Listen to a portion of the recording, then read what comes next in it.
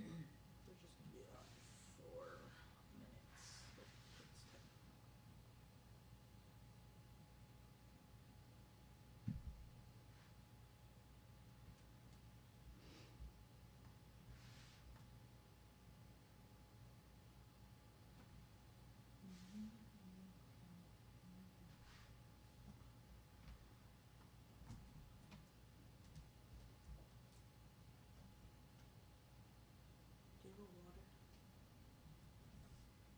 I'm good. Thank you, though. Okay. We are about to get started. There are the two people watching. What?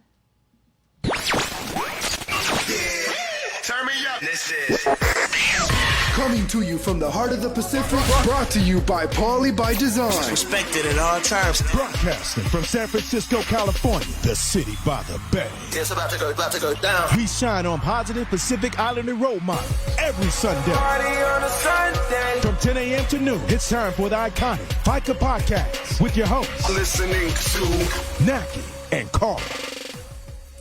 Good morning, you crazy, crazy world out there. No. Today's Sunday, June 6th, Season 4, Episode 20. I'm your host, Carl. With me, your host, Naki. Good morning, Naki. Good morning. And it could be short show today. We do not have a guest, so we're going to check in our normally what we did in our week and talk about some of the community events. Obviously, talk about the craziness that continues to go on. 2020 is, I don't know what's going to happen. It's only June. We got a whole rest of the year to go, but 2020 has definitely started off as a year unknown to this point. Naki, what's good? Good morning. I want to say good morning to Julio Muo, who's checking in from Sacramento. Utopia Sacramento. Go follow their page. Follow. Neo Veve, Utopia San SF. Francisco. Go follow Utopia San Francisco. Utopia making noise right now. Yes, they are. Utopia San Francisco had their meeting yesterday, so we'll fight about that.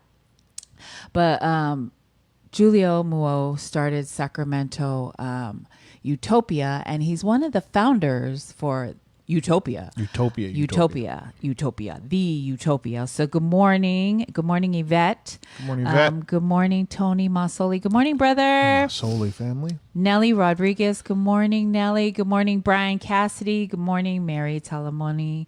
Yesterday, Brian, his godson, DJ Masoli, graduated from high school, and they had a big parade at his mom's house, Sophia and Elgin. I saw that on social media. That looked like a lot of fun. Oh my God. It was so nice and so beautiful. And they did such a great job. And they had it all routed out really good. They everyone met at a parking lot around the corner from their house. And they had the route all planned out. So it was nice and smooth. And so me, Mo, and the kids, all my kids showed up. And we were bawling all over the place because we were so proud of him. And so it was really beautiful. His grandparents are Sam and Flo Masoli, and then Sophia Elgin and Lee, his dad, who passed away.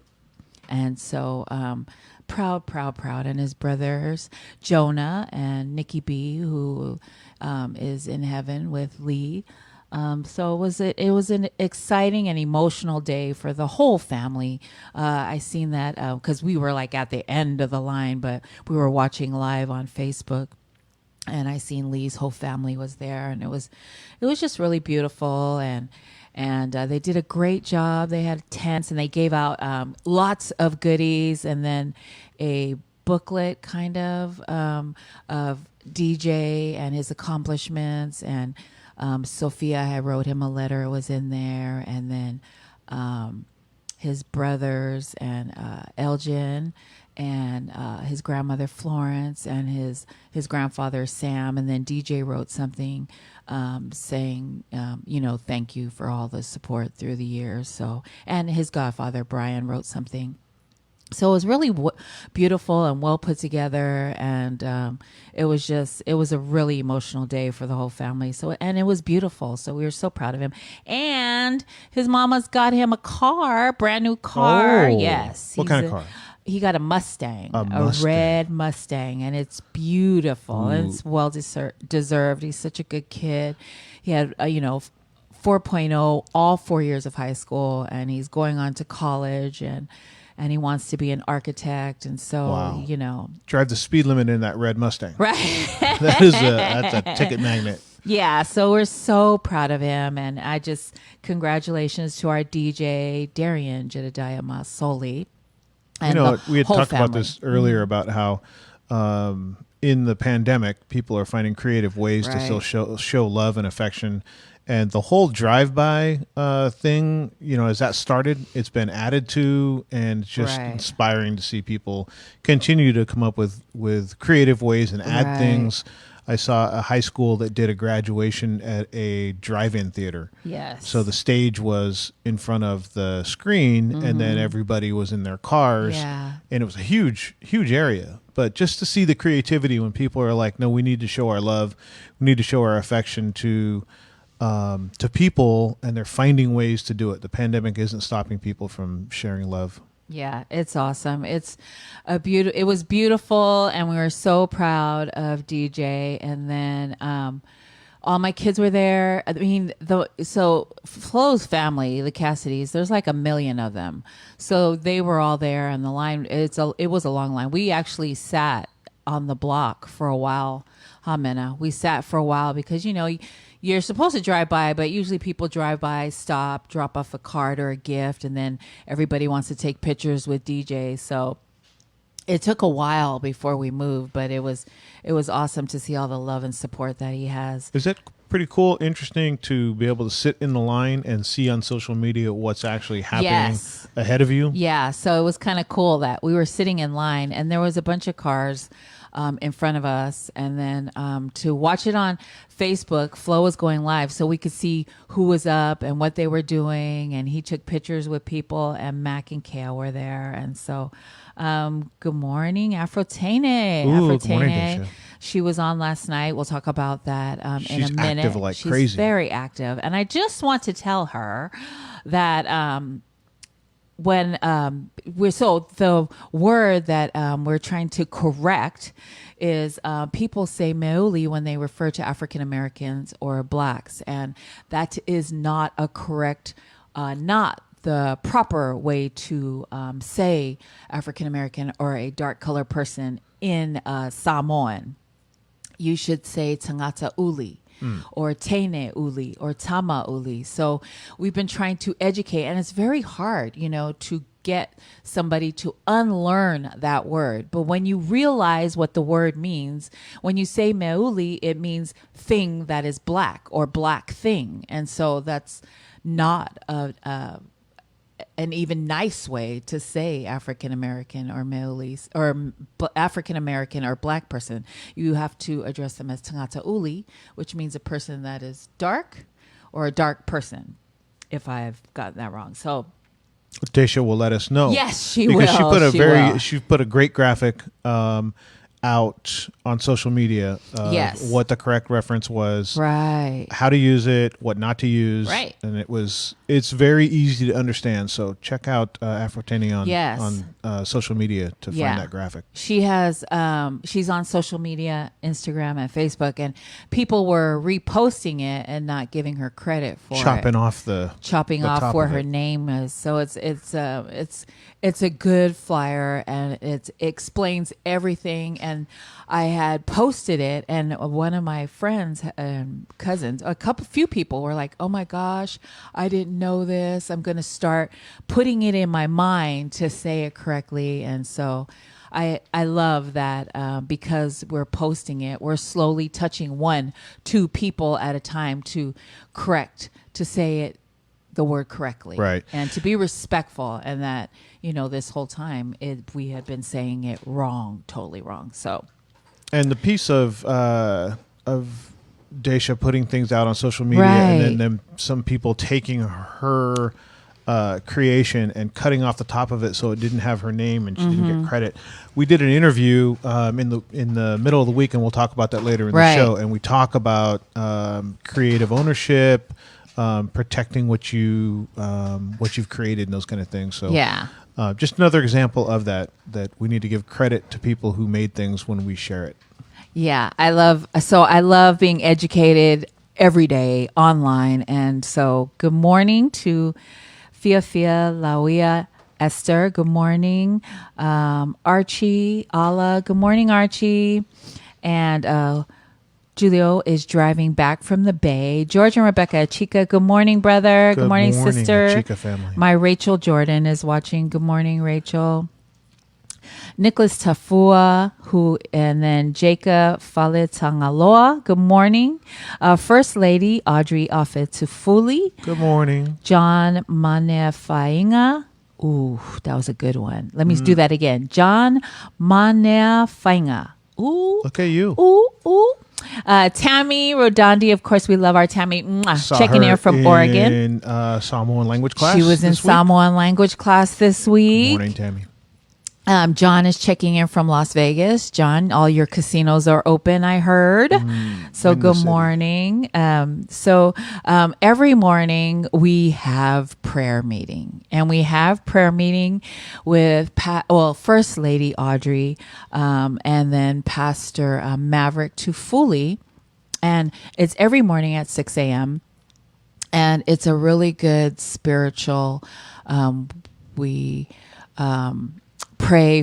pray for everyone and the world and all the current events that are going on, and pray for COVID-19 to heal the world and all the craziness that is going on. And I have to say, one of my favorite parts is when First Lady Audrey sings. What a voice. We were talking about that. Like, she was singing, and me and Carl were texting each other going, dang, I love her voice. Yeah. And she plays the guitar and she sings every morning. She has a beautiful voice. So it's very soothing. And a lot of times when I go to church, one of my favorite things during church is worship in the beginning, where they're singing. And so I love that part. I'm a little busy right now, and Mo is trying to talk to me while I'm trying to do this. Mo's most patient man in the world. Yeah. So we love when Tina sings in the morning. So she has a very beautiful voice, and that alone is very soothing for me. And they sometimes pray in Samoan, and a lot of times they pray in English. And a lot of times I try to catch some of the Samoan words, and so I'm not sure what they're saying, but I'm starting to, because after we do Loku in the morning with Tina and Tama and our whole group, it's a really great bunch of people that get on, because as soon as we get on, you see everybody's names. There's no pictures, so that's awesome, because I look a mess in the morning. But you see who's on, and everybody greets everyone, and then they ask if we have people to pray for or anything to pray. It's really, really good, and it's a really good feeling. And that is my most favorite part, is First Lady singing, because it's very soothing, and that is my favorite part of church too, is worship. Yeah, that's it's a great atmosphere. Yeah, it's very. I don't know. Like you said, you don't have the cameras up, so you don't have to be presentable. You got to be present. And then, the singing, the spirit, the emotion that's put into the people that are leading the prayer, 100% just spiritual and soothing. It's a great way to start your day. Great way to start the day. And so after that, after church, so during prayer group, we say prayer, and it could run from like 30 minutes to an hour. We pray, and that's it. We pray for the day and for everything, and then we leave. And then we just started, my mom and everybody says, if you want to learn the Samoan language, you've got to read the Bible. So my mom in the morning, good morning, Brittany. Morning, Britt. Good morning, Pastor Maverick. Okay, I'm all nervous now. Pastor's on, First Lady's on. Brittany Afu, good morning, sister. Morning, Salt Lake. Good morning, Salt Lake. So after we do our prayer meeting, my mom and my sisters, Nellie and Florence, and my mom's sisters, Moana and Baby, and now we have Britt and Ray. We have like a Bible study right after. And so we get on Zoom, and everybody has the English Bible and the Samoan Bible, and my mom picks a chapter, and then each of us reads the English part, and then we read the Samoan part, so we understand what we're reading. And so we've been doing that, and we've been doing it for like a week or so. And so I'm getting better at, Tama Fatleava had taught us that the vowel is king. All vowels are king. So you have to pronounce and enunciate each vowel. So we've been doing that, and I'm so proud of our group because we're getting better every day, and we're starting to understand what we're reading. So for those of you that follow the show, when Naki gets a long Polynesian name, and she says it, and then she says, I hit all the vowels, that came from Tama's class, Samoan language and culture class, about speak every vowel. Yes. And so I just wanted to mention that Pastor Maverick plays the guitar when First Lady sings. He's like, by the way, I play the guitar. Yes, Pastor Maverick plays the guitar. And he very does well. Very well, by the way. And so so after prayer, we do that. And I know it sounds like we're really religious, crazy, but it's a goofy class, and I'm always horsing around. And my mom's always got to tell me to sit down and shut up. But everybody's learning. We're really learning. And so I love that class, and I miss it Monday, Tuesdays, and Wednesdays because Tina, I'm at work Monday, Tuesdays, and Wednesdays. So that's why I'm not at prayer meeting. And so, but Thursday, Friday, Saturday, and Sunday, I'm in the prayer meeting, and my mom has Flo, her favor, call her to check her into Zoom. So it's a really good way to start your morning. And so I appreciate and love everyone that's in the prayer. So if you have a family member, an elder that speaks Samoan that would want to lead something like that, right? That's probably a good, really good idea to not only learn the scripture, but learn the language as well. Yes. So yes, Brittany, she said, what an awesome way to learn the language. Yes, it is. We're having a good time, and we're starting to learn a lot. Elena Malai, good morning. Good morning. Happy Sunday. We appreciate you tuning in. Don't worry, we feel you in the spirit every morning. Thank you, Tama. Favorite. Guess who's the favorite? Just kidding. Name yourself the favorite. Just kidding.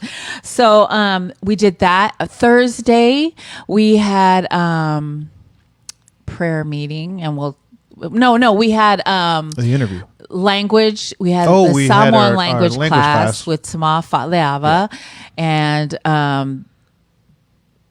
we had the interview, but before that, how was your week? My week was good. I had a busy week in work. I'm not sure how the national numbers are for COVID-19, but the activity in retail, not just the company I'm at, but when I speak to my peers at other companies in the industry, COVID-19 on the front line, what I'm talking about is cashiers at retail stores that are essential, and now all cashiers because we're starting to open back up. That's a tough job to have, and there is a high rate of COVID cases in our frontline workers. So shout out to the retail worker that rings you up. Some of them are behind plexiglass, sneeze guards. Mm-hmm. Some of them, they're masked, they're gloved, they've got face coverings, all those kind of things. And they've been doing that. The retail worker in essential stores have been doing that since the very beginning. Right. Some of those cases are starting to pop up now in the retail industry. So thank your cashier that rings you up at a do-it-yourself store, at a grocery store. Thank them for being there because that's a tough job to have right now. It's a very tough job. And so I'm grateful for the essential workers. And then, Britt was saying, I love how Zoom has made it worship so accessible. That's true. That is so true. I think even the language class, even the Samoan language class Zoom has made it accessible for you to learn Samoan. You don't have to leave the comfort of your own home. Things that people are passionate about. We talked about like the graduations and those things, education, religion, spirituality, all those kind of things. You can't stop. The human spirit's going to find a way to participate in that, and that's, Zoom is one of the ways. I got a phone call from Brother Augie yesterday, and it was one of those just gave you a call to, tell you I was thinking of you and tell you I love you and speak the words. I love those just the moments of, let me just pick up the phone and give somebody a call and tell them how I feel about them and I'm thinking about them. And those are easy things to do. You can do it over Zoom. You can do it over, Microsoft Teams or whatever, but you can just pick up the phone too. That's always been available. I know. I love that people are starting to use the phone now. Like because we usually text people like with this crazy busy world we're running around in, and you just barely have enough time to text. And now we're finding the time to pick up the phone and actually talk to somebody and say, hey, how are you? Or even FaceTime. I'm on FaceTime all the time now. I call people, but when I call, it's FaceTime, so we get to see each other's face. So I think that it's given us a lot of time to appreciate the people that are in our lives. And I love it, love it, love it. Yes, Tama, I will give you Pastor Fatleava's information. Rachel Jordan, good morning. It says, if you need a tusipaia, Uncle Mac Ane is giving away free ones. You just have to pay for shipping and handling. So that's freaking awesome. Good morning, Britt. Britt is on. So free Bibles. Our class we had the Samoan language class on Thursday, which is at 5:00. It's via Zoom, put on by Pastor Tala Fatleava and Professor Lassie Loyan, who is the facilitator. And Pastor has been teaching the class. He teaches the class every Thursday at 5:00. And so we were on for a little bit because we had an interview at 6. But I love that they're starting to break people up into groups, and then you go into your group and have discussions. And then after the group, you come back in the big group and talk about what you learned. It's like Sunday school, kind of. It's like Sunday school. You go to your class and then you come back as a group and discuss what everybody learned. And actually, it's exactly like Sunday school. So, well, it means enough. Awesome. The learning the language means enough that Naki and I were meeting yesterday and trying to figure out what our weekly schedule looked like. And we kept bouncing around about, well, I could do it at this time and I could do it at that time, and then it's going to run into language class. And we're actually going to move our midweek show to earlier at 4 p.m. Is that right, Naki? Right, 4 p.m. 4 p.m. on Thursday. The midweek show is going to be 4 p.m. on Thursday. And that way we can make language class, and then we have another Zoom after that. So actually moving it around, and that's kind of what I get. We and I always talk about, if it's important enough for you or to you, you're going to make things happen. You're going to make it work. So learning the language is important enough to Naki and I that we moved our interview time so that we can attend class. Yes. And so I love my Bible study class in the morning. I just couldn't. This morning, we didn't have it because Flo wasn't on, and she was busy yesterday with her grandson's graduation. And then I was running around this morning. I had to run around this morning before Faika, so I couldn't get on. And then everybody was just busy. So I apologize to my group for not being there this morning. That was Britt and Ray, Auntie Mo, Auntie Babe, my mom, Flo, and Nellie. And Nellie was like, she goes, what's up? I told you I can't come on. And then she's like, oh, well, what are you doing? I'm shopping, girl, I'm shopping. So good morning, my Molly Jordan is on. Good morning, Molly. Brother Larry Duenas with the Chelu Car Club, who they usually have a fundraiser every year and a car show. It's huge. Can't wait to go there next year. Hopefully next year, the Chelu Car Club will have their show. It's usually downtown Vallejo. So go follow their page. They do a great job. They do a lot of community work for Vallejo, American Canyon, Napa, just the whole Solano County. So big ups to Chelu Car Club. Thursday, we interviewed Ata Olitayao McNeely, who is Mo Afatasi, the artist. Afatasi the artist. Afatasi the artist. And, oh, good. Sorry. Britt's like, she got to sleep in. I was like, I know, right? Okay, real quick with my prayer story. I got up, my alarm went off and I didn't hear it. And I fell back to sleep. And then when I woke up again, because I got a text message from Nellie, who it's the same Zoom link for prayer every day. It's the same Zoom link. So I know what it is. And it was like 6:05 and Nellie texted me the Zoom link. I was like, okay, I hear you, God. I hear you. And so I was laying in bed and I clicked the Zoom link and then I was in the prayer and they had started already. But so then I was like in bed listening. Usually I'm sitting up and at my desk, but I was laying down. I was there. So anyway, Britt got to sleep in this morning, which I'm happy for you. So we interviewed Mo. She goes by Mo. Monique is her middle name, and they call her Mo. So she's an artist. She's a Afro-Polynesian artist. A designer, fashionista. Right. And she did a fashion show in London. I mean, she's freaking amazing. She's been leading one of the leaders for one of the protests for Black Lives Matter in the Bay Area, San Francisco. I've seen her speak at City Hall. On the steps of City Hall? On the steps of with City the megaphone. Hall. Right, with the megaphone. She does an amazing job. Vania Knowlton, good morning, baby. Good morning. Happy Sunday. Yohane Tufue, good morning. Good morning. Oh, good morning, brother Ricky Ngalteote Tayamanuia. Good morning.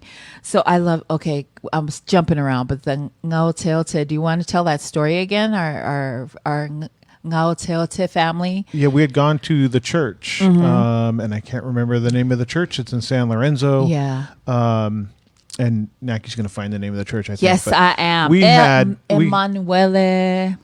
Go ahead. We Sorry. had signed up to cover... They were doing a fundraiser event. It was the Biggest Loser. So everybody was going to weigh in that day. And we heard that Brother Neo was going to run Hot Siva that day. So we showed up and we parked across the street from the church and we didn't know anybody. We were looking across the street and Neo wasn't there. We didn't know anybody.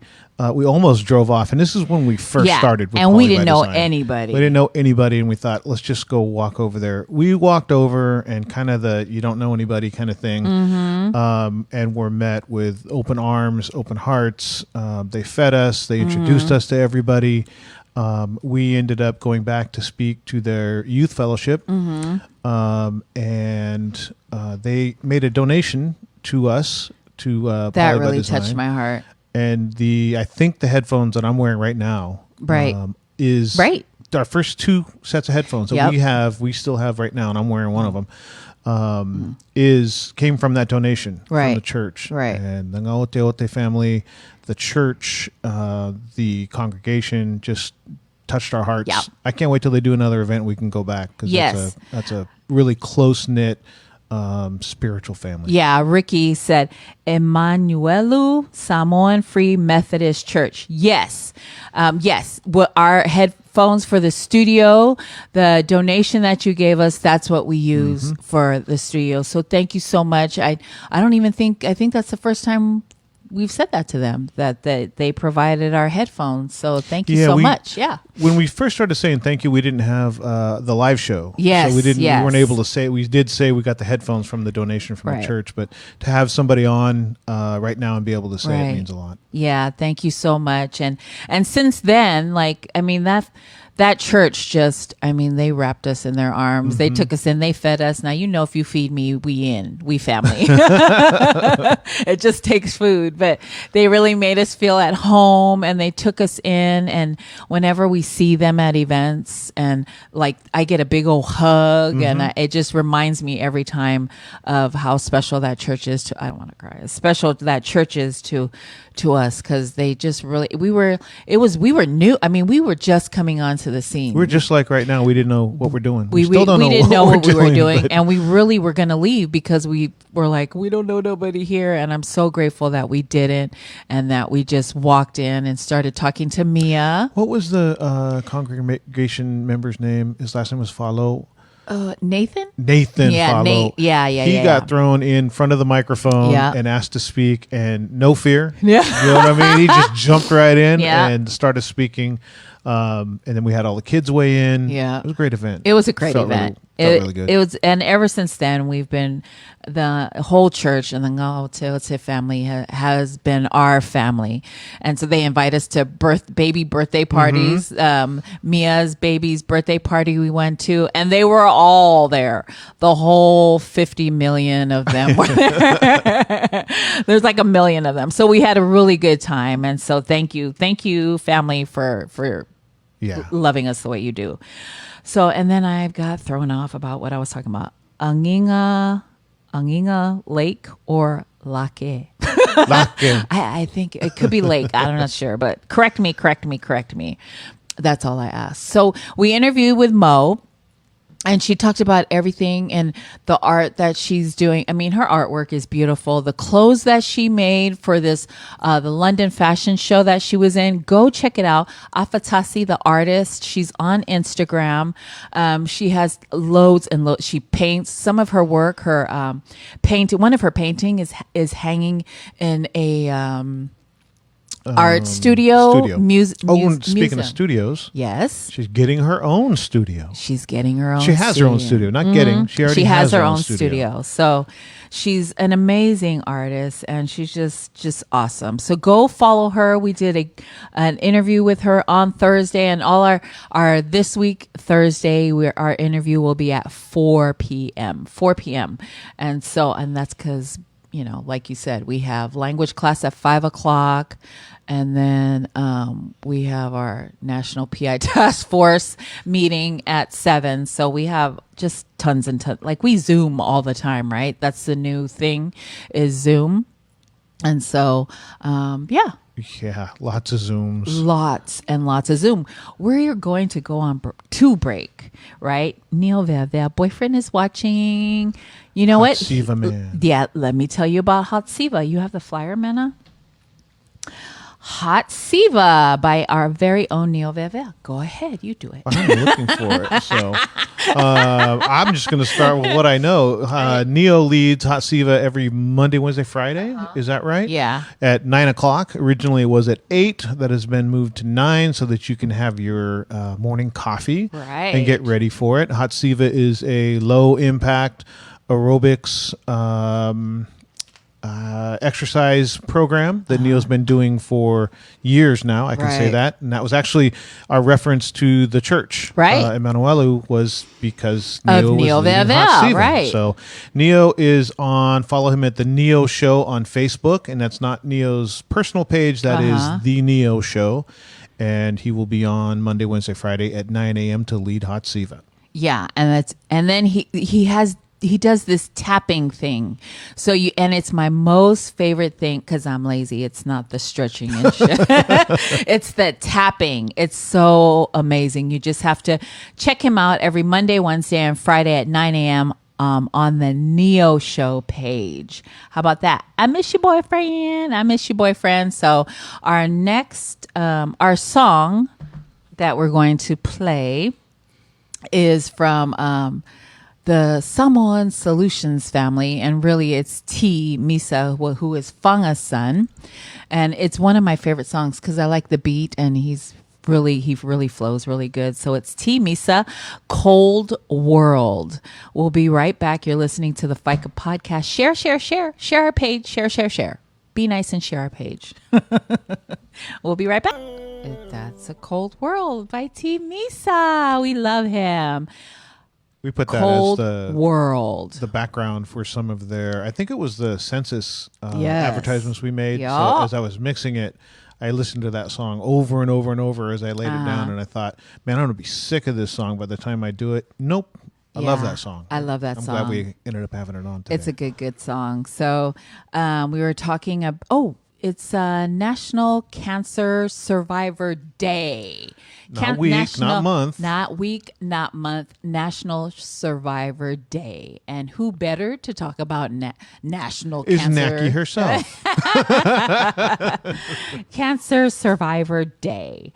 So, I guess we could talk about it. So Let's talk about let's talk about how, because I love the way that this plays into things happen for you, not to you. Right. And your journey with cancer is like a shining example of how do you find something positive about something crazy like a drug crazed person that crashes into you. Right, right. So, January 21st, 2018, we were at a show. We were doing our show downtown in San Francisco.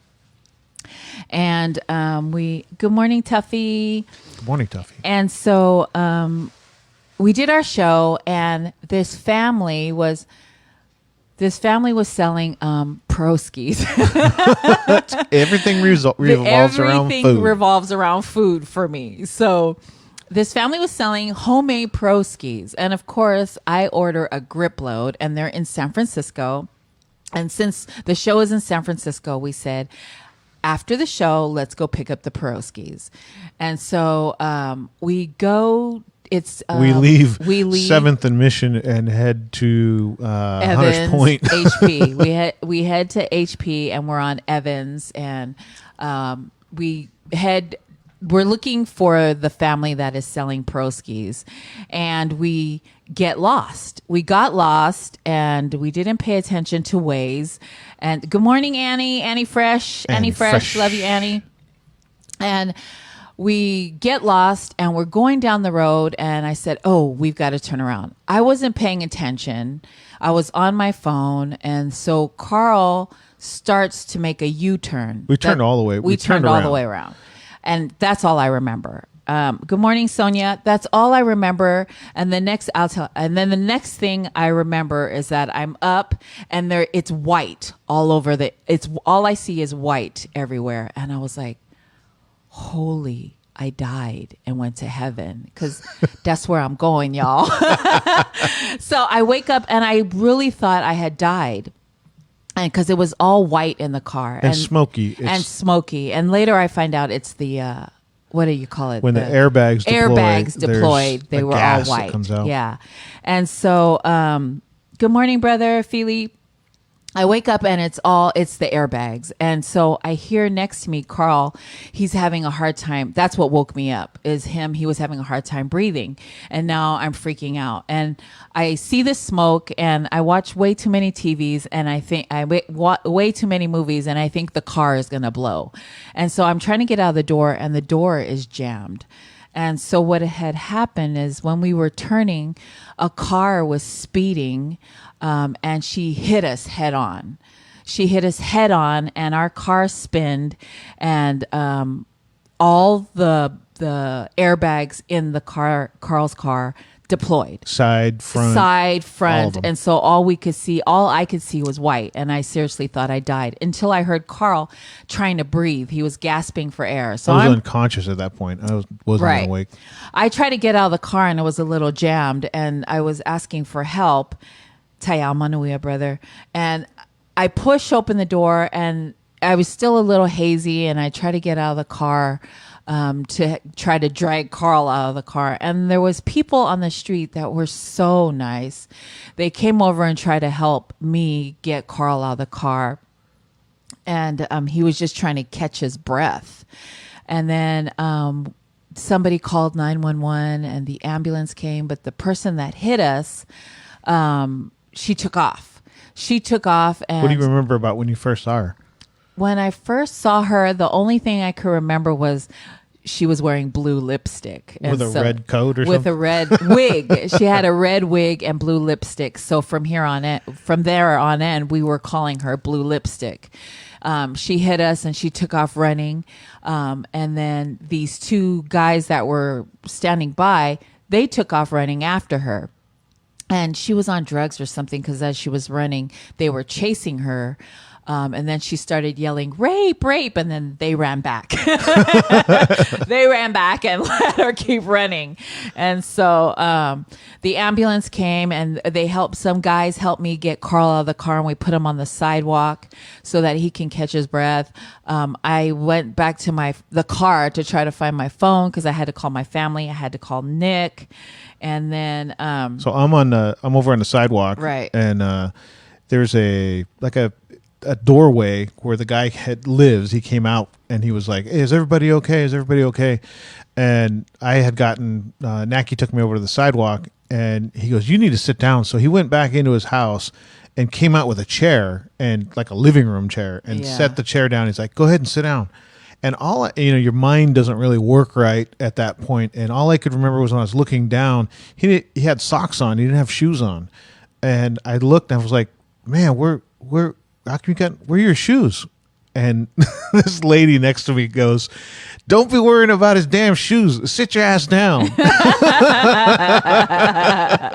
Yeah. So I sat down, did as I was told. And then let's pick it up from the ride to the hospital that right. I was in the back. Yeah. And so we call the ambulance. I grab, and Carl had his backpack that had his laptop. I had my laptop. So I went to go grab all our laptops because the car was pretty much totaled. And it ended up being totaled. Brand new car. It ended up being totaled. So I grabbed his backpack and my backpack, and they asked me, do you want an ambulance? Okay, here's my ambulance story, side bust. The last time I caught an ambulance, I fainted, and my hemoglobins were low, and I fainted. And the ambulance came to get me and took me to the hospital. I ended up being fine. I was in the hospital for a week or something like that. When I got the bill, it was like $1,200 that I had to pay for to come out of my pocket. So flash back to the accident, and they're like, do you need an ambulance? I was like, no, thank you. I'm going to ride with Carl. So Carl gets in the ambulance. I jump in the front seat, and actually I needed help getting to the front seat because my ribs were hurting, but I still didn't want to get into the ambulance because I didn't want a $1,500 bill. So I get into the ambulance, and I caught a free ride. But here's my thing. When I get into the ambulance, I go, I don't want nobody to check my blood pressure. I don't know when check my temperature. Don't touch me. Do not touch me because I don't want no bill.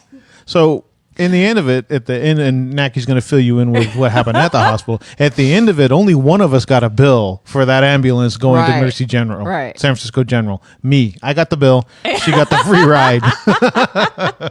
Yeah. So we get to the hospital, and then we are in the ambulance, and I said, can you tell me where you're taking me? Because I have to call my husband, and I have to call Carl's wife. And they said, we're taking you to San Francisco General.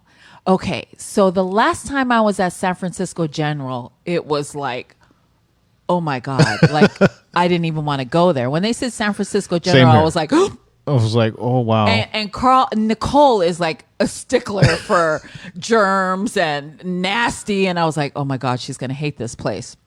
I call her and I tell her to meet us at San Francisco General, and I think I call Mo, and he never answers his phone. And so I think I called one of my daughters. And so we get to San Francisco General, and we pull up in the ambulance. And now it's San Francisco Zuckerberg General. Something. Yeah. It's beautiful. It's beautiful. Looks nothing like I remember it before. It's all shiny. It's shiny. And it's a trauma center. Yeah. The Zuckerberg Trauma Center. Brand new. So, hi, Lisa. My niece, Lisa Rati, is on. So we pull up to Zuckerberg, San Francisco Zuckerberg Hospital. It is freaking beautiful. So I grab all our stuff, and they take Carl in, and I got to go through security. Like, literally, like you're going through the airport. You got to dump everything and load your pocket. I'm doing this with ribs hurting and everything. So I take both our backpacks, all our bags and stuff, and I put it through the security thing, like you're going through the airport. You have to take everything out of your pocket. Anyway, I go through there, and then I've got to come back to where Carl is, and he's in one of the rooms. And there's like, I don't know, 5 people around him because all crowded around the bed that I'm on. Because we've now have told them that Carl has cancer, prostate cancer. So they're all over him, right? And I'm standing there waiting, and they're all over him. I'm standing there, and then they ask, like, so what happened, and where do you feel it? And I said, oh, okay, so we And at one point, one of the nurses said, "We as in who was with you?" And I said, "My cousin."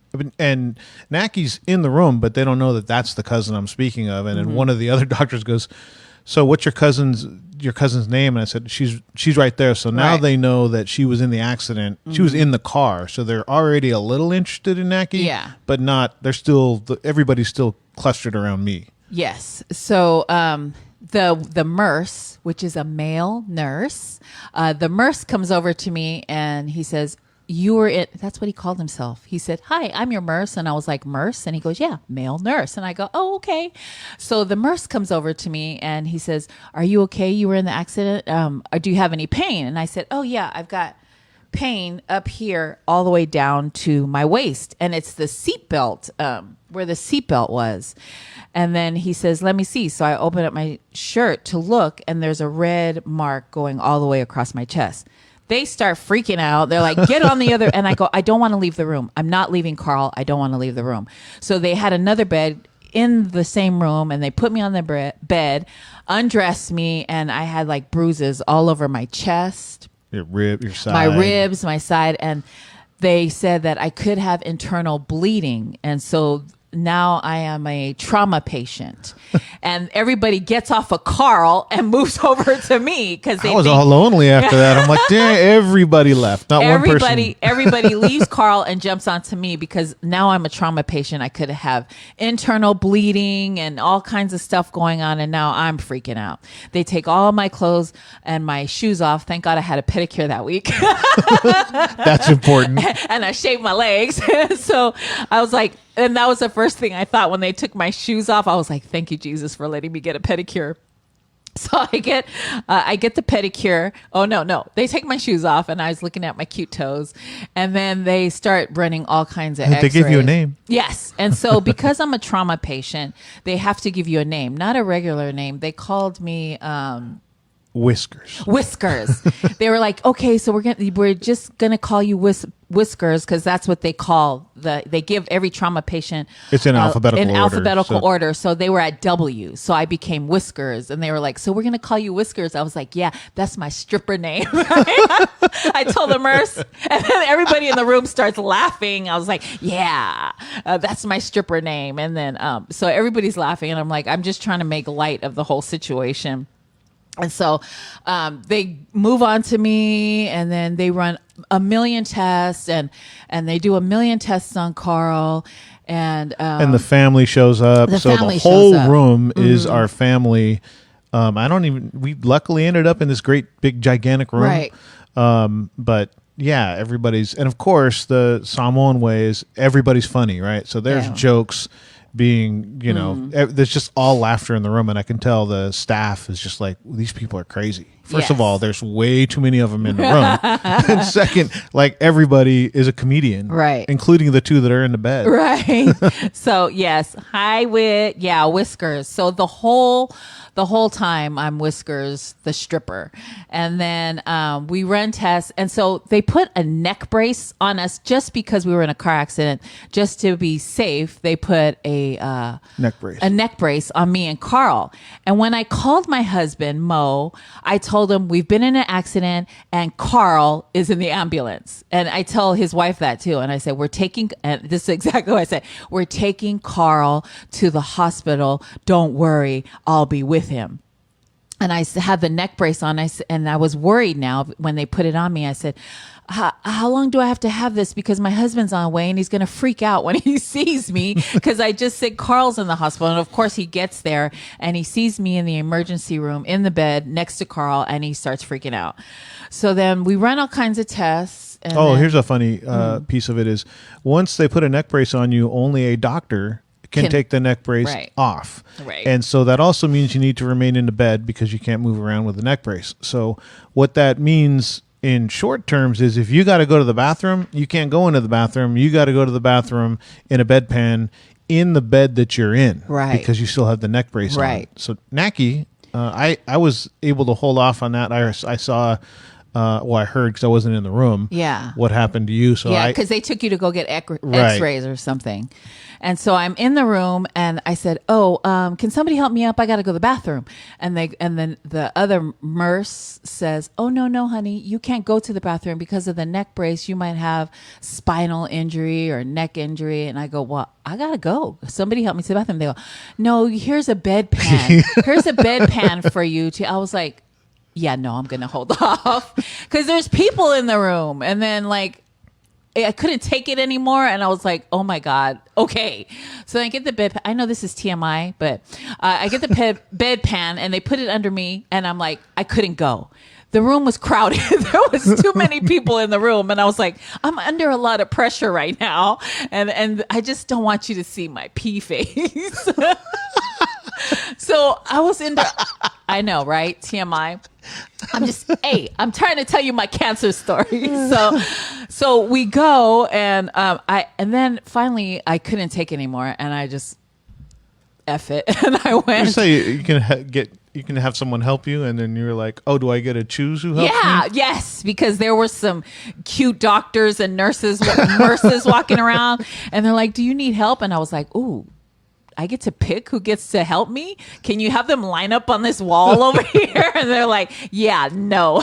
And then Mo's over there. He's like, "You so stupid." And I was like, "What?" So that was, if you ever in an accident, and they make sure you go to the bathroom before you lay down on that bed.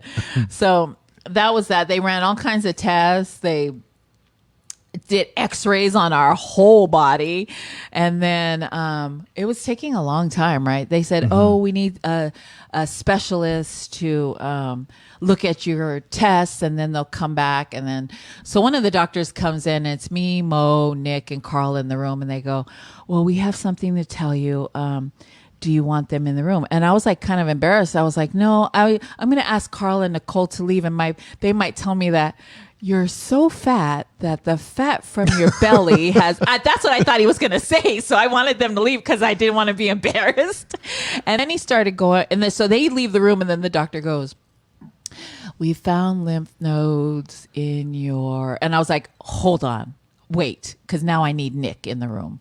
I thought it was something. I thought they were telling me something embarrassing, and then they started talking about lymph nodes, and I don't even know what that means. So he said, right when he said that, I said, "Hold on, I got to get my sister back in the room."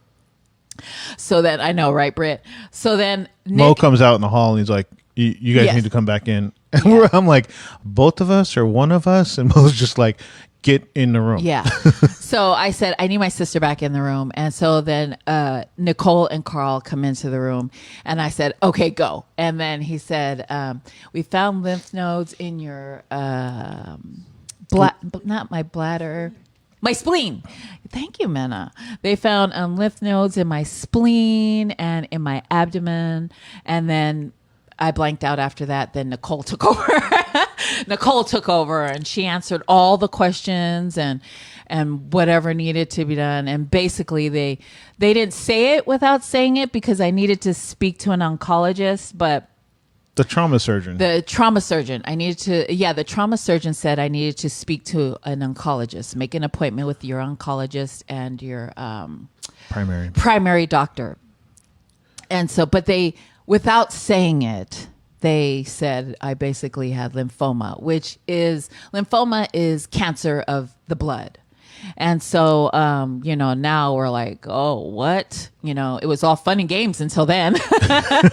And so they tell us that, and I'm like in shock. I think I'm in shock. And so Carl and I get dressed, and we're getting ready to leave. And the male nurse who told me, call him a nurse, he came into the room, and me and him were laughing all day because we had been there all day. It's now 9 p.m. We got into an accident at 12 in the afternoon, 12:30, right? Yeah. Me and him were talking and laughing all day, and he comes into the room as we're leaving, and he gives me a big old hug, and he says, "Please take care of yourself." So I love San Francisco trauma Zuckerberg emergency room staff. They were amazing. Their bedside manner is 5, 10-star. They just did a great job there. And the reason why I say this is because weeks before, I was having stomach pains and issues, and I was going to emergency like every other week. And every other week, they were saying, oh, there's nothing wrong. Just here's some antacids. Take some antacids and go see your primary doctor. And so just that week before we got into an accident, I had gone to emergency, and the doctor did a CAT scan and said, oh, make an appointment with your primary doctor and here's some antacids. And I was like, okay, it's all in my head. And then we get to San Francisco General, the trauma center, and they actually find the cancer in my body. So had it not been for the accident, For blue lipstick was sent which from I am God. so grateful. Like, thank you. But, you know, we always say there's stuff happens to you, for you, not to you. Right. So we have this accident that happened to us, or for us. Or It felt whatever. like to us in the beginning. us, It felt yeah. like, you know, it's a horrible accident. Right. Horrible. We're in an ER. But if not for that, If not for the accident that totaled the car, had it not been for the accident and for us being there at that time, I'm grateful for the accident. And it sounds crazy, but had it not been the accident and us getting to A trauma surgeon. San Francisco That's the important trauma part. surgeon, I would not have found out that I had lymphoma because I had been going to the doctor. You know, maybe years from now, they would have said I found cancer, you know, but because of that accident that I'm grateful for blue lipstick, we found out that I had lymphoma. So that's how I found out that I had lymphoma. That day, that week, I went to go see my primary doctor and my oncologist, Dr. K, who I love. I took Nick with me because Nick knows everything. she's the family scientist. She is the family scientist, and she knows the questions to ask. And you should always never go to the doctor alone if you're going for a diagnosis that's serious, because you need someone there to take notes and to ask questions. And for example, we went to the oncologist, and when she was talking, confirming, we had to get a confirmation from her that I had lymphoma, because I was in denial. I was like, oh no. We go to the oncologist. I go with my oldest daughter, Evie, and my sister-in-law, Carl's wife. And I'm sitting there, but the information wasn't sinking in. And so I got the information that she confirmed that I had lymphoma, and then my mind checked out. So when we leave, I was like, oh, okay, well, when I get back to work tomorrow, and I totally missed my daughter, and Nick said, no, the doctor said you're off of work as of today. And I was like, no, she didn't. And they were like, yes, mama, she did. And I was like, no, she didn't. I missed it. I wasn't paying. I don't know. I blanked out. But so then I had to call the doctor because I didn't believe those two. I get home and I called the doctor, and the doctor's like, yes, you're off of work as of today. So from there on, I started my treatment and in July? What happens in July next month? July is my last treatment. For over 2 years, I've been doing treatment, and by the God's glory and blessings, I do my last treatment in July, and so that makes me a cancer survivor. So that is, we went to court. We went to court for blue lipstick. I think the court was a little surprised at both of our remarks during the testifying. We weren't allowed in at the same time. Right. I actually went before Naki, and we didn't talk about what we were going to say, but we Right. ended up saying the same thing. Right. When I was in there, they asked questions about the accident. I don't remember a whole bunch from the accident, so I just answered what I could. Right. But at the end, I said that the accident's really been a blessing for us, because if not for that, we wouldn't have found that my cousin Right. had cancer, and we're going to come out of this better than we were before, and we hope that she does too. Right. And she was in the courtroom. Right. She didn't get as, I think she was more emotional. Naki will tell you about when she was in the room testifying. But she was grateful for what I said, and I could tell it touched her. But I Yeah. think that when you said it hit home more for her. Yeah, so I get in the court, and they put me in the witness stand or whatever that. Witness Yeah, stand. I'm next to the judge, and I tell the judge, and I'm looking at the girl. She doesn't have blue lipstick on, but she totally looks different. Because I remembered red hair, and it was a wig. I didn't know a wig, and she's sitting there, but she didn't look up, not once, at me. She did not look up at me at all. And I told the judge that same thing. This happened for me to find out that I have cancer. Had this accident not had happened, I would go on for years. Who knows how long I would have gone without knowing. And so, hi, sister. So we go, and I go into the court. I'm thinking of food. Okay. I told you, that's all I think about. So the judge says, asks me how I feel. And I said, I'm grateful for blue lipstick, that this did happen. It happened for me to find out that I had cancer, and I believe that it happened for her so that she can get the care and the help that she needs. And she looked up at me, and she was crying. And then I started crying, and she looked at me, and the judge was talking, and she nodded at me, and she said, I'm sorry. And then I nodded back, and I said, it's okay. And then we're both crying. And then the judge I could tell the judge was like, what do I do? Cause he said, it's like, what is it?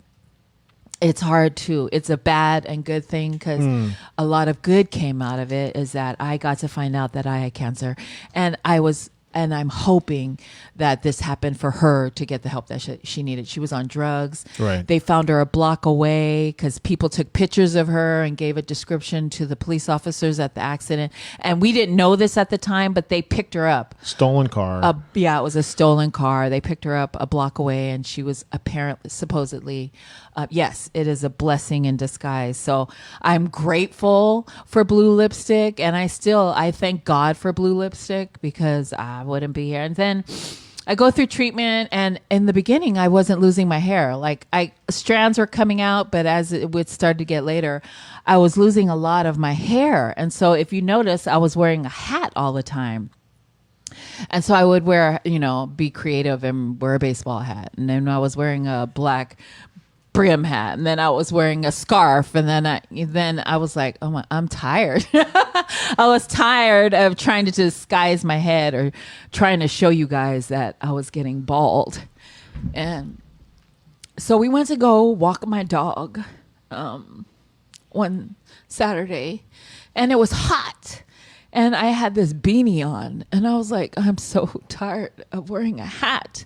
I said, soon it's going to be 102 degrees in Fairfield, and my ass is going to be wearing a beanie, because I was being vain and didn't want to give up the last 2 strands of hair that I had. And so we went to go walk my dog, my whole family, and we came back, and I told Mo, let's shave my head. Fuck it, let it go. And so we sat down, and I said, it's now or never. And I had been talking to Carl for like 2 or 3 weeks, saying, I want to shave my head. And then, no, I don't want to shave my head. I want to shave my head. No, I don't. Because I think, I'm a girl. So my whole life I've had this freaking Farrah Fawcett kind of hairdo, and I think it was time God was telling me to, girl, let Farrah Fawcett go. And so we came back home. Did you feather your hair in the 70s? Yes, I feathered my hair in the 70s. I was still feathering, I think. So, I come back from walking my dog. We get the clippers out, and I just said, let's do it. And for weeks I had been debating, because I was like, if I wear the hat and I just curl down here, it'll look like I have a full head of hair, when really I was bald on the top, and I was just disguising myself. So we come back, and Mo puts me in a chair, and I sat there, and he just shaved my head. And I didn't know later that he was crying the whole time he was shaving my head. My girls were filming me. They were crying. And I was crying because my girls were crying. And, and plus I'm a girl, I need my hair. So I had that vanity thing going for a while. And my kids were so strong, and they were, Mama, you look beautiful. And child, I'm bald, okay?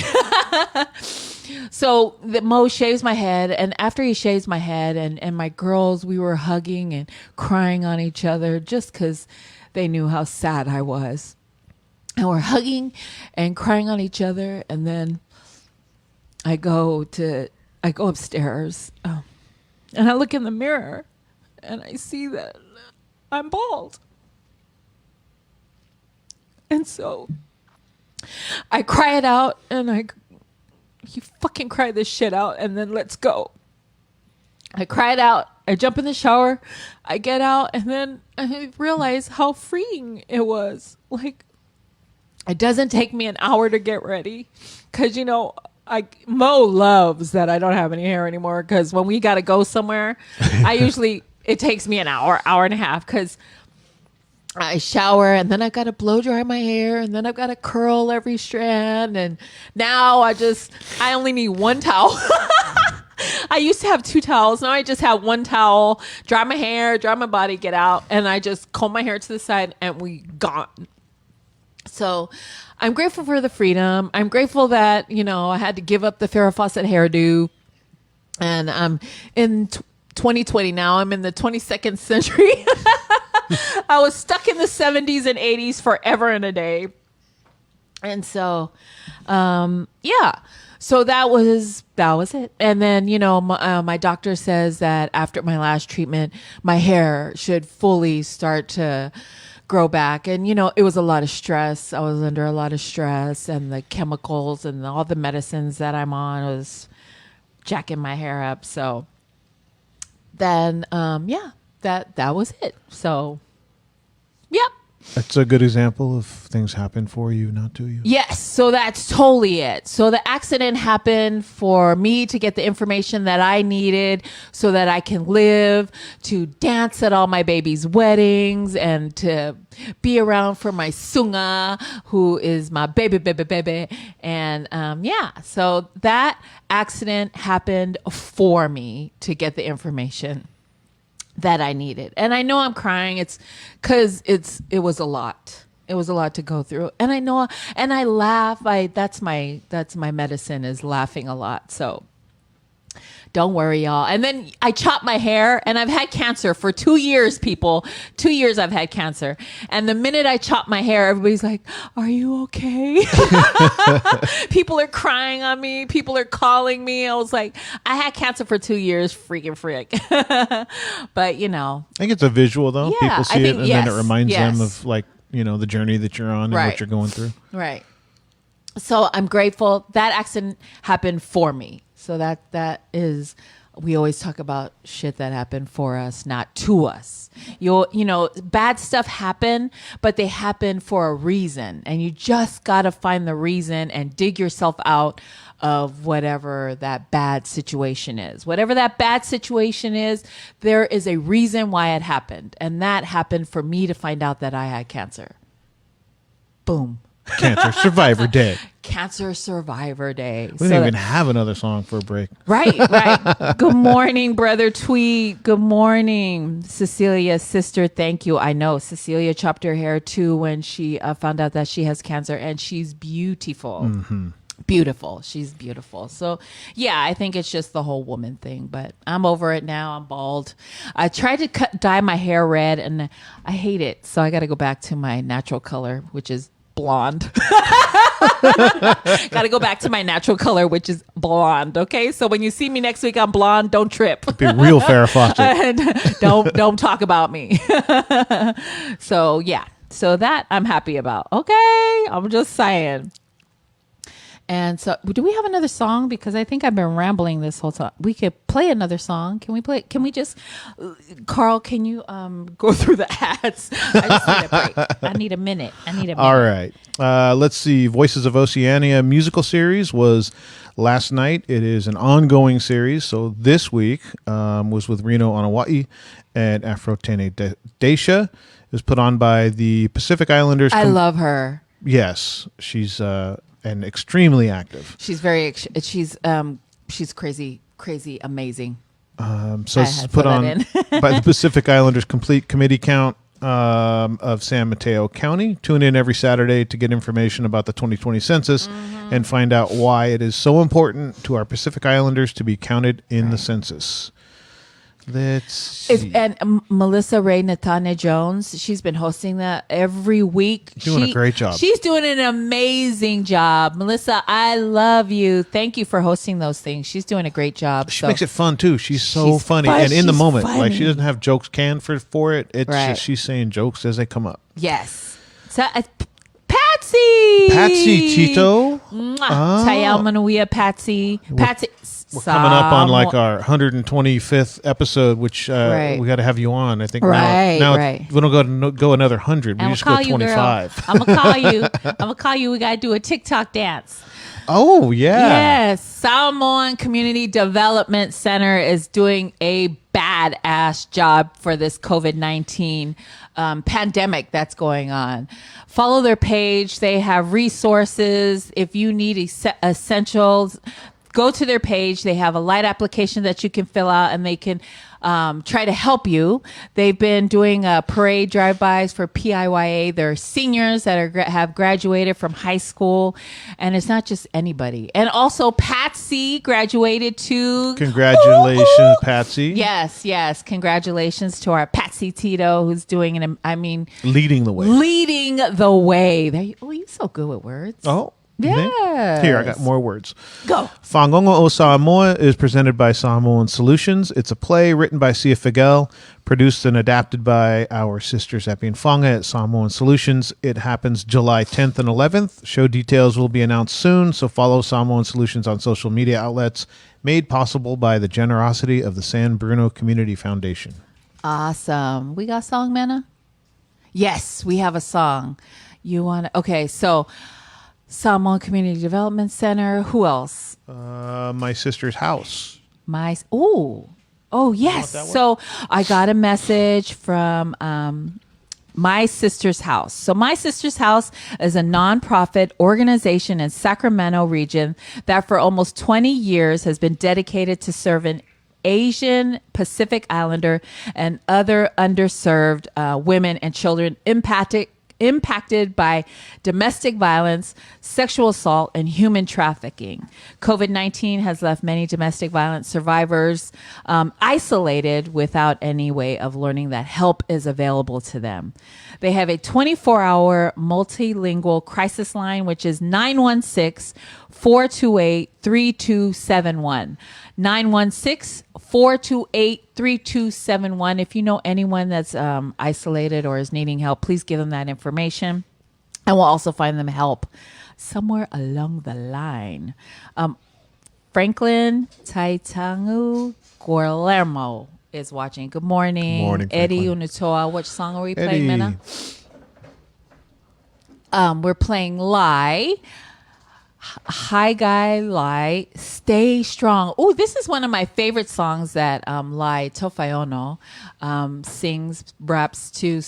I love this song. So stay tuned, please. Hi Guy Lai, Stay Strong. We'll be right back. You're listening to the FICA podcast. Any second now. And there you go. No, items? Maybe not. Those weapons. All right. So give her 2 seconds. Our producer, T Mena, is asking for 20 seconds. So, do an ad. Okay. There is an ad. Oh, I see. All right. Don't trip. We're going to come back and talk about Journey to Empowerment, which was amazing. Neo Verver was the facilitator or the speaker that day, since That's is the first virtual one, right? First virtual Journey to Empowerment, put on by Essence of Mana. Here we go. There we go. Stay Strong by Hi Guy Lai.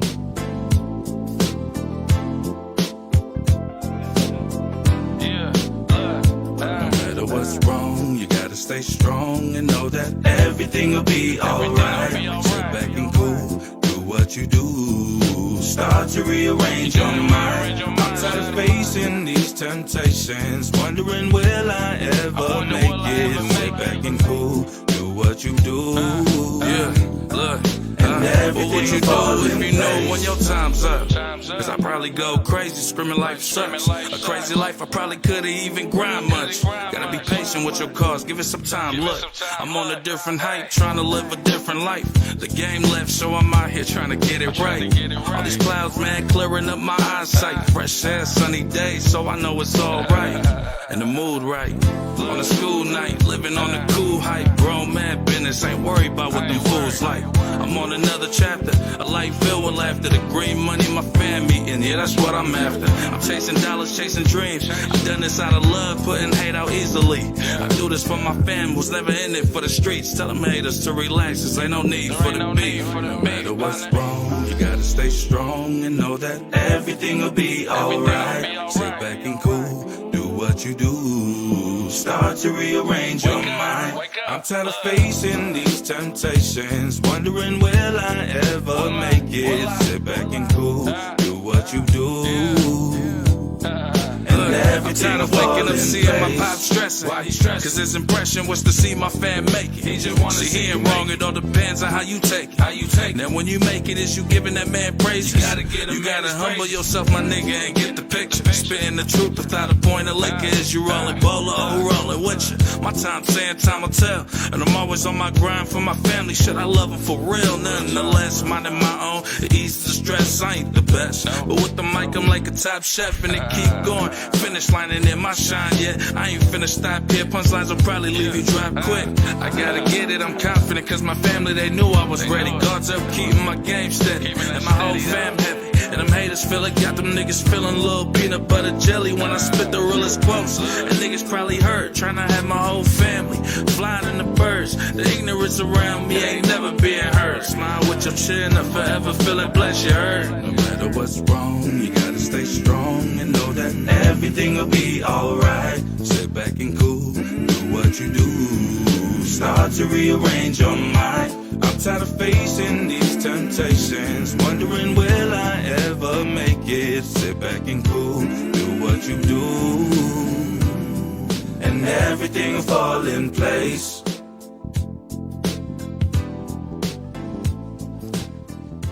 And we're back. You're listening to the Faika Podcast. I am Naki. With me, as always, is Carl. Good morning. And our producer, everything, our Menners, Team Mena. Our producer, director, fact checker. Right. Fact checker, push us along person. So we're today, I don't know, I told my whole life. It's National Cancer Survivor Day. So we want to celebrate everyone that's survived and celebrate the families that are still mourning, but celebrate the struggle. The cancer survivor piece applies to the families. Right. We have, think about your family is going through that with you. My family is going through it with me. Every cancer survivor, their family and their loved ones go on that ride. And you're talking about like when you shaved your head, people when they first saw you. Yeah. Oh my God, that's they were impactful. Yes. Because they're on the ride too. Yeah. They're taking people to treatment. They're there when people need to, just go to lunch or just talk or sit on a couch. So cancer affects more than just the person going through it. Yes. So it's Cancer Survivor Day for the family and the support. The whole family. So Sister Cecilia, she was talking about she shaved her head after third treatment and she's still here. God bless you, sister. God bless you, Cecilia. God bless all the families that have lost family members. Our JT, my Cree Moia. Cree and I had lunch this week. And my Jason Achika, who lost his fight with leukemia. My sister Carol Pilasama. So many people have lost their fight, and and my sister Vera Elisara Ta'amu, and my lots and lots of people. My uncle Maine, who had cancer, who we lost more than 5 years ago, and he He's my favorite.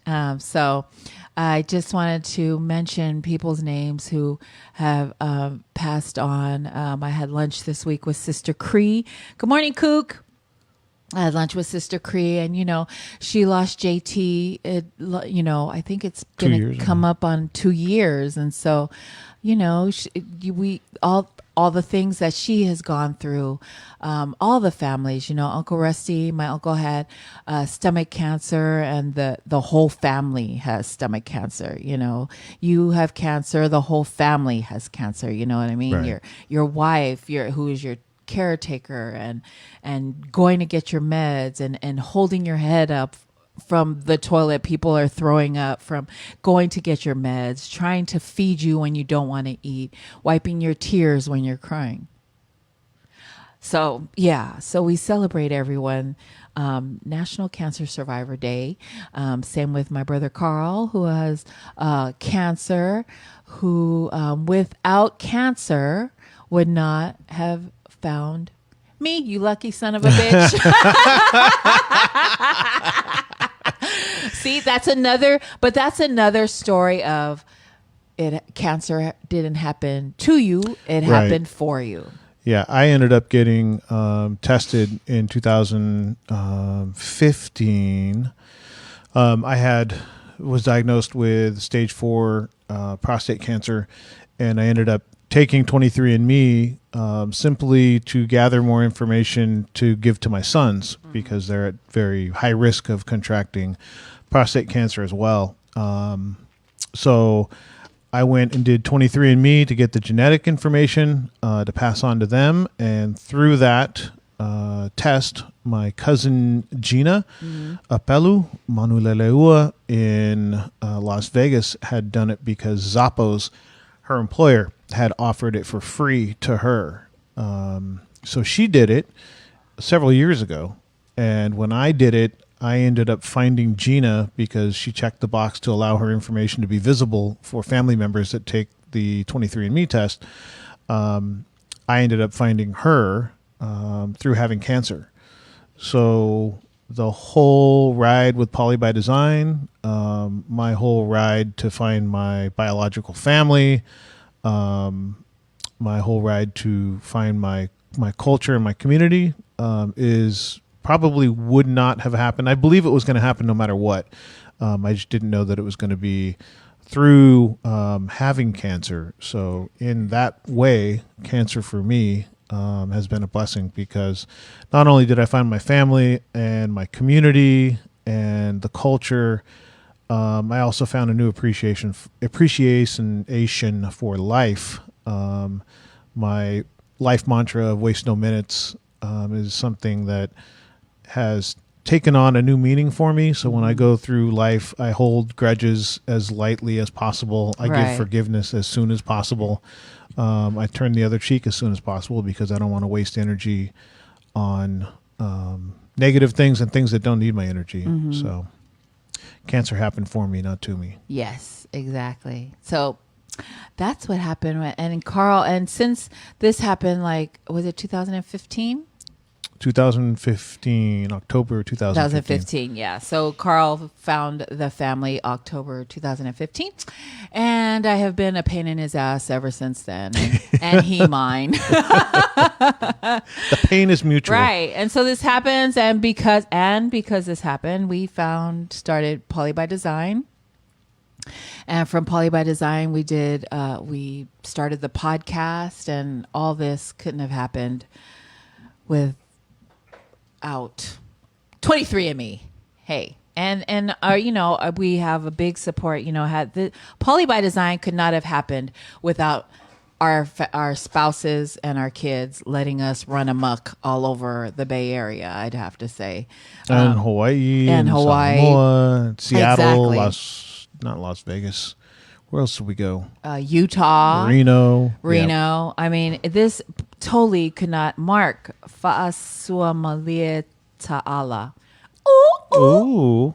I hit all the vowels. Did you see that? I hit all the vowels. Natalie Asun, good morning. Happy Sunday. So, and because of Poly by Design, we've met amazing, crazy, amazing people, because we started Poly by Design to push and promote positive Pacific Islander role models. We wanted to show our kids, all kids, that role models come in brown. And so me growing up, I just didn't see a Pacific Islander teacher. I didn't see a Pacific Islander doctor or lawyer. And so they're there. I just never seen them. And so we wanted to show our kids and all kids that we're there. I mean, not only, what do I always say? That we're stereotyped as football players and actors, which totally, there is nothing wrong with that. It's like, it's bringing light to Pacific Islanders, which I love.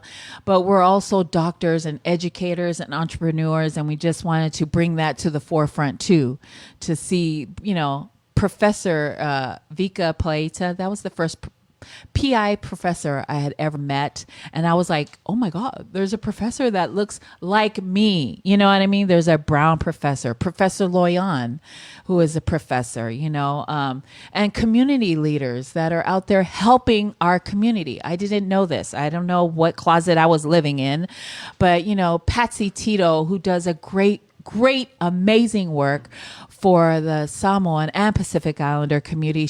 They're out there feeding people. They're testing people for COVID. They're taking care of your kids. They're showing people that Right. we're leaders. And there's, the important thing is to show that there's people that are successful in life in all walks of life. Right. I mean, they're not everybody's a community leader. Not everybody's a doctor or a lawyer, Right. an electrician, a bus driver, or any of those. Right. But there's people that are winning at life that are Right. Pacific Islanders in all facets of life. All facets of life. You have Tao and Natalie, who are PI, Pacific Islander Wellness Initiative. Women that are Women in leading the leadership. community. Women in leadership. I just mentioned Patsy Tito, Natalie Asun, Tao Ve'e. I mean, they're taking care of the community, and you don't hear about them. I know I didn't until I started meeting all kinds of community leaders. Neo started Utopia, United Territories of Pacific Islander Alliance. He started this LGBTQ support group for Pacific Islanders. And here's my story that I love. And it's not even my story to tell, it's Neo's. But when he told me this, it really touched my heart. He grew up as a gay Samoan man. And, it's hard when you're a Pacific Islander to come out. And so not only are they fighting to be LGBTQ, they're fighting to be who they are. When they finally find a group of Pacific Islander gay men and find support, and they're happy to be together, they get to the Castro, and they're so happy to be in their community.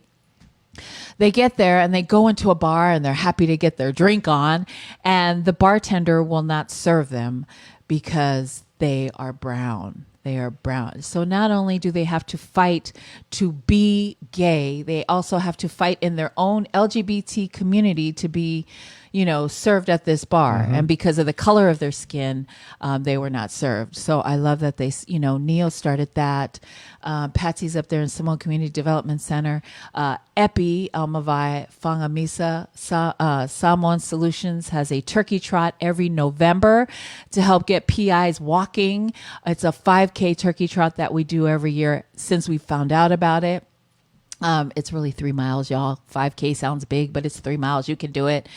Or you can just come and hang out and support. If Naki and I did it, you could do it. Yeah.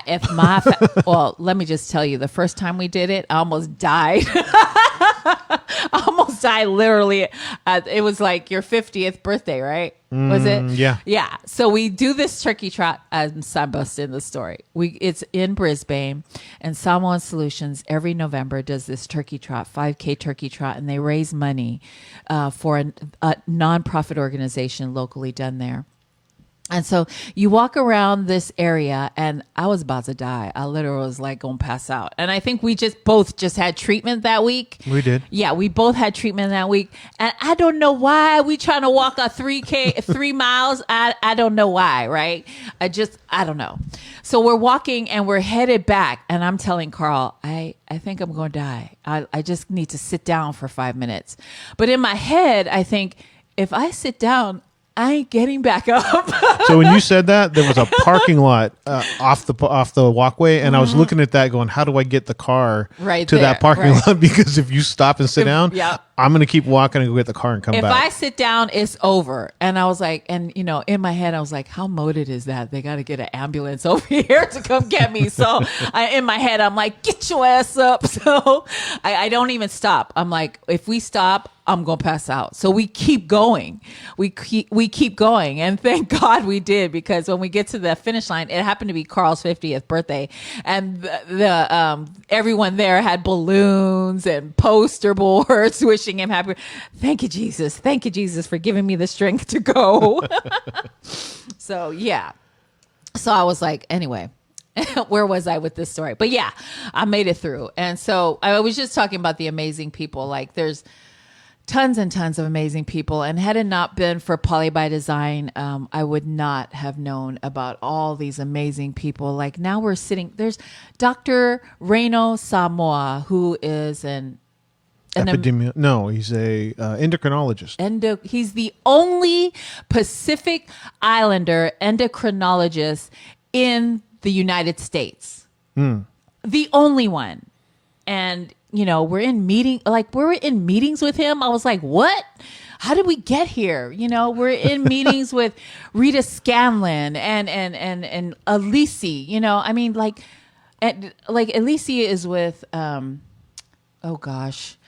Pacific Islander Complete Count. I mean, she's with the National PI Task Force. She's a head of the data and communications team. I mean, we're working with Tavai.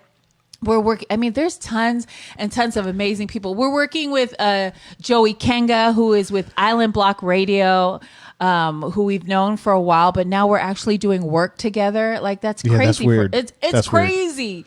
Like, we get into these Zoom meetings, and I'm in awe of there's 100 people in the room, and there's like doctors and professors and community leaders. We're in one of those meetings this week, and somebody said, like, what do you think, Poly by Design? And Naki and I are both like, why would we be talking in this meeting? Right? Why do you want to know what we think? Don't look over here.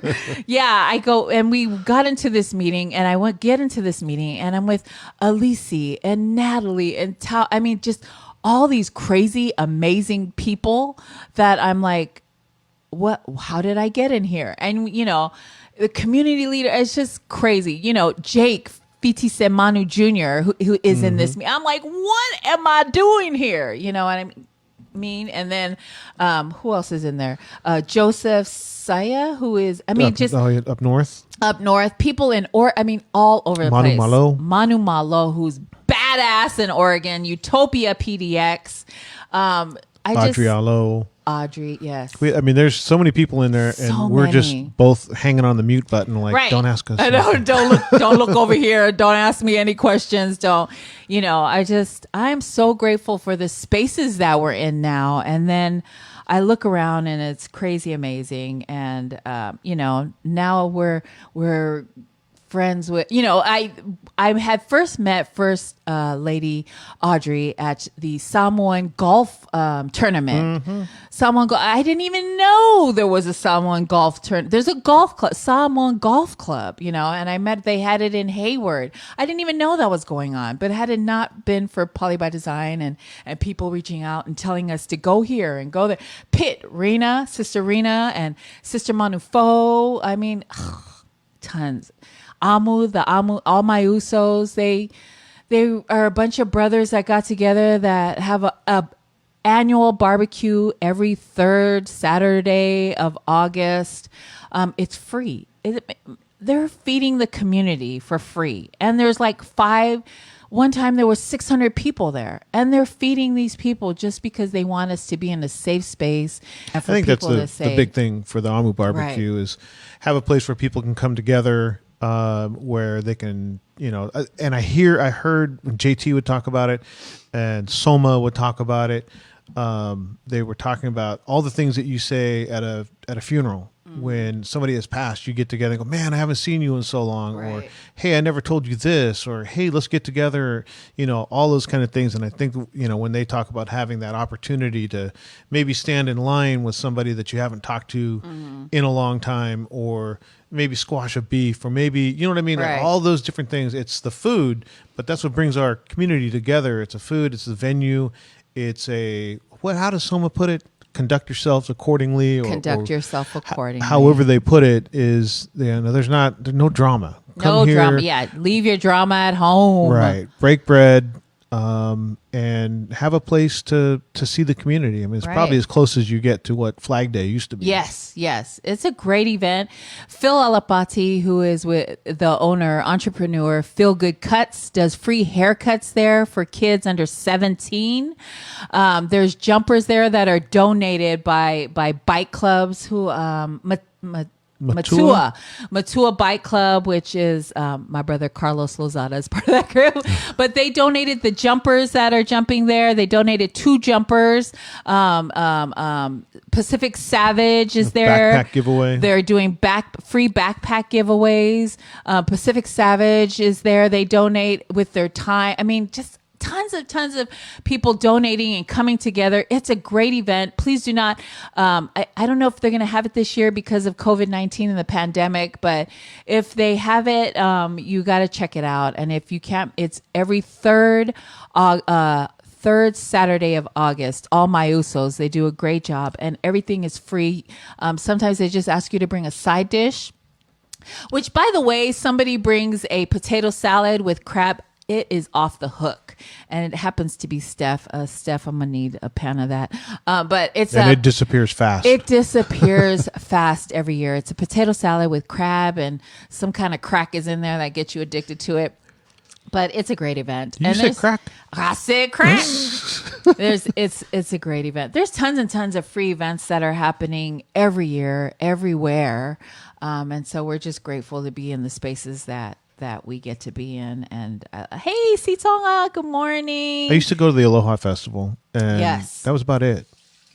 Oh, I mean, yeah, at all those events knew, that right? there was maybe 1 or 2 that I knew of. Yes. And I not only did I know of them, I thought they were the only ones of the year. So, like, if you missed one, if you missed that one during the year, then for real. Just saying. then you had to wait for the next year to go to an event like that. Yeah. All I knew too was the Aloha Festival, and now there's tons and tons. Like, we can't even get to all the stuff that we know. Like, Pitt every year has their Shine Day. They have their Christmas giveaway, toy giveaway with Sister Rena. Pacific Islanders together. They have a free toy giveaway at Bayshore Elementary School.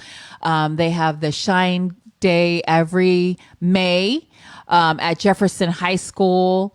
PIYA has their end of the summer program for all the kids, and that happens at Philip and Sala Burton High School. Is that it? Philip Burton and Sala. Called by its old name. Were they Samoan? Because Sala sounds like a Samoan name. Philip and Sala Burton. Are they Samoan? Somebody answer my question. But they have it there. We don't provide answers here on the Faika podcast. We ask questions of the audience. Questions. Can you tell me if Sala is a Samoan person? But it used to be Woodrow Wilson High School. It's now Philip and Sala Burton High School, or Philip Burton High School, which is up there on Mansell. And so I used to cut school and go there. Anyway, tons and tons. What's that? Oh, she's white. Okay, that's not. Oh, and there's a lot of protests that are going on. We're still celebrating. Are there? Yeah, there's tons and tons. So be careful when you're out and about. Be careful. Watch your surroundings, and Hey, for the peaceful protesters out there, yes. Keep your foot on the gas. I love that saying because the movement seems to be getting bigger. There's more footage. I'm not saying there's more peaceful protests. I'm saying there's more footage of peaceful protests, because in the beginning, the hype, the sexy thing to show was the rioters and the looters. And now what I'm finally seeing on TV is they're covering and they're actually airing civil protests, peaceful protests, the thing that some people were saying didn't actually happen in the beginning. Philip. There's footage out there, and it's very Yeah. important. Yeah, I love the positive protests that I'm now starting to see show up on social media, and not They're so always much the there. news. Yeah, they're always there. They just didn't get shown early. This week they had a protest, Mission High School in San Francisco. It was so beautiful to see, and it was packed in that area. They had a protest at Mission High School. I was so proud of San Francisco. There was no riots. They were there for the cause. They were there for the cause. And so I love that San Francisco got together. Oakland got together a couple of times. One of them was peaceful. And Whole different topic that Yeah. we won't dig into I don't this. even want to talk we won't about dig that. into this, Yeah. but it's still very sensitive to us as Pacific Islanders, the rate of infection, the severity of it when we contract it. Right. So be safe in Yes. everything you do. Everything so you do. Protest the whole Wear a thing. Be mask. safe in the things that you do. Please wear a mask when you're out and about, and it's hard to practice the social distancing. It's hard to practice the social distancing when you're out and about. So wear a mask. Still, COVID-19, the pandemic is still out there. We're going to need you to wear a mask and take good care of yourself. Wash your hands, hand sanitizer, and you can find toilet paper now. You go into stores before you couldn't find toilet paper. There's toilet paper, there's hand sanitizer. So just make sure you keep yourself safe. I know we have to be careful because our immune systems are, I'm gonna kick Mo's ass.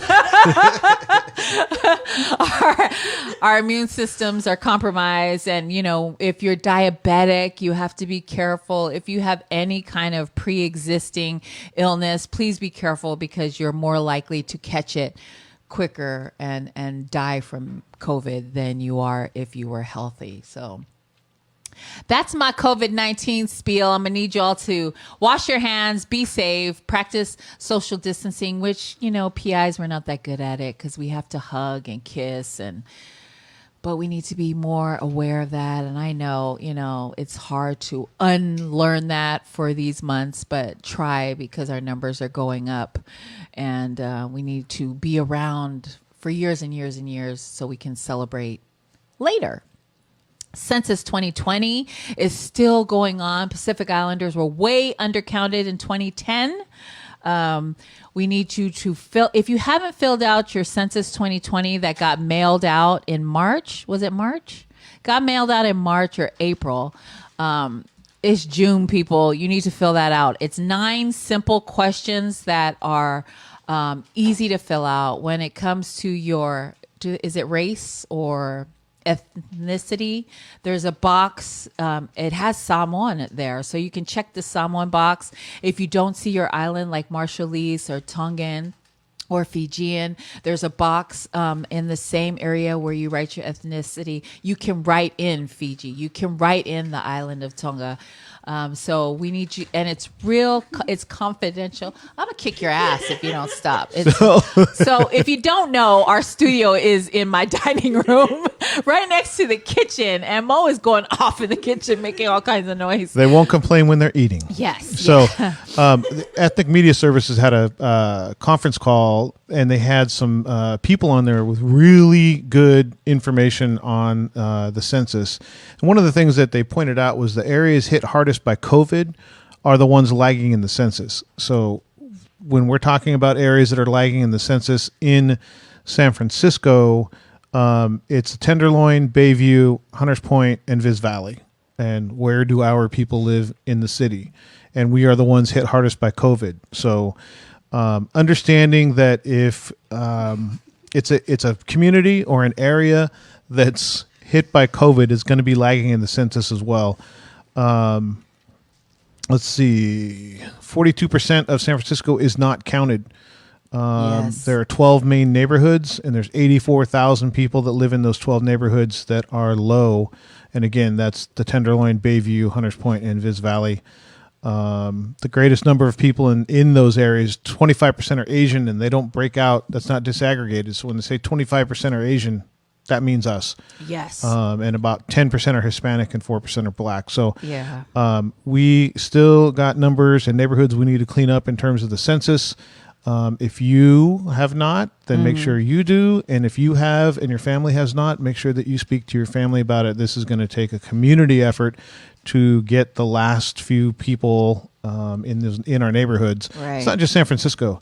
It's all of the areas. So if you have an area hit hard by COVID-19 in San Jose, if you got an area that's hit hard by COVID-19 in Salt Lake City, in the Seattle area, in the Pacific Northwest, if it's hit hard by COVID, it's running low in terms of the census. So you can kind of cross-reference those. If you know areas that are hit hard or we're focusing on for COVID, those are areas that we need to focus on for the census as well. Yeah, it's important for us to be counted. You know what I mean? We're missing out on resources, and there could be if our numbers are up for Pacific Islanders, we may, who knows, get a scholarship or a grant just geared towards Pacific Islanders. Because I know when my kids were going to college and I was looking for grants for them, it was kind of, they're there, but it was kind of hard to find. And I think if our numbers were a good job, Chrissy said done. So you think about this. Think about what's going on right now in our society. There's all of these protests. They're starting to defund police departments and redirect funding into communities of color. That's the language that I'm hearing. That's what I'm seeing on TV. If they're pushing resources, which means money, resources, programming, literature, all those kind of things into communities with people of color, that's us. So getting the census right, there's going to be new money put into the communities of color where our people live. Then we need to make sure that we get counted right. It's more important now because you're going to see things come out of this protests that funding for people of color is going to increase. So more dollars at stake. Seems like society, there's going to be some things coming out of the protests in this movement we need to get involved in. The first step is going to be making sure that we're counted. Yeah. So do that shit. Fill out the census. What are you waiting for? My goodness. It's 9 simple questions. It's confidential and nobody's going to come knocking at your door. That is the next step. So that we understand, this goes in tiers of, it's the internet registering, it's going through different methods, but now come the knock on the door. So there will be people going into neighborhoods that are low in registration and actually knocking on doors. One of the easiest ways is if you did it online, they're not going to come to your door. Right. So if somebody comes to your door and you already did it online, that's something I would be suspicious of, because why are they coming to talk to you? Because you shouldn't even be on their list. Yeah. So that is the next step in terms of reaching out to neighborhoods, is going to be going door to door. And obviously with COVID-19, they're going to be all looking like an astronaut when they're at your door. But that is the next step, is them going door to door. Yeah. So it's real simple. We just need we're missing out on resources if we don't fill out the Census 2020. So that's what we're going to do. Did I miss out on any I think ads? you got it. Oh, good. I just wanted to tell you that I made this really good Thai coconut curry chicken thing. It was so good. It was good, because Menace confirmed. She's not only the fact checker, she's the taste checker too. It was so good. I Googled Thai. I love Thai coconut curry, not the other curry. I don't know what it's called, but the Thai coconut curry is my favorite. And then I usually order it in Benicia, and it's so expensive. But I still order it because I love it. But then one day my whole family was here, and that makes 9 of us. So I was like, I can't order Thai coconut curry. It's going to be expensive for 9 of us. So I Googled a recipe, and then I went to the grocery store to go get all the stuff, and I made this huge pot. And then Probably lasted a week, huh? It didn't even last the day. It was so, I thought, I'm going to make this chicken curry and then tomorrow there will be some for me to eat all day. There was nothing left. So You know, it's good really when your kids tasty. love it. Yes. You make it and the kids eat not only the plate they get, Right. that they're made or they're served up, Yeah. but they go back and clean it out. You know, it was good then. Yeah. So I made and there's some recipes that I've made that the food will be there a week later. We got to throw it out. But the chicken curry was a chicken Thai coconut curry. I don't like the other curry, but I love this curry. So if you need the recipe, holla, I'll email it to you. It's really, really good. It's fast and it's very tasty. And you can make it as spicy as you want or not spicy at all. But it was good. And so there you go. Did I get these sister something? Yep. Yes. Oh, look at us. We're so good and efficient. 10 minutes? Yeah, a 10 minute. And we said, oh, we're not going to be that long. We're just going to, we'll just do an hour and then we'll go on with the rest of our day. And here we are 2 hours later. So I think we're done.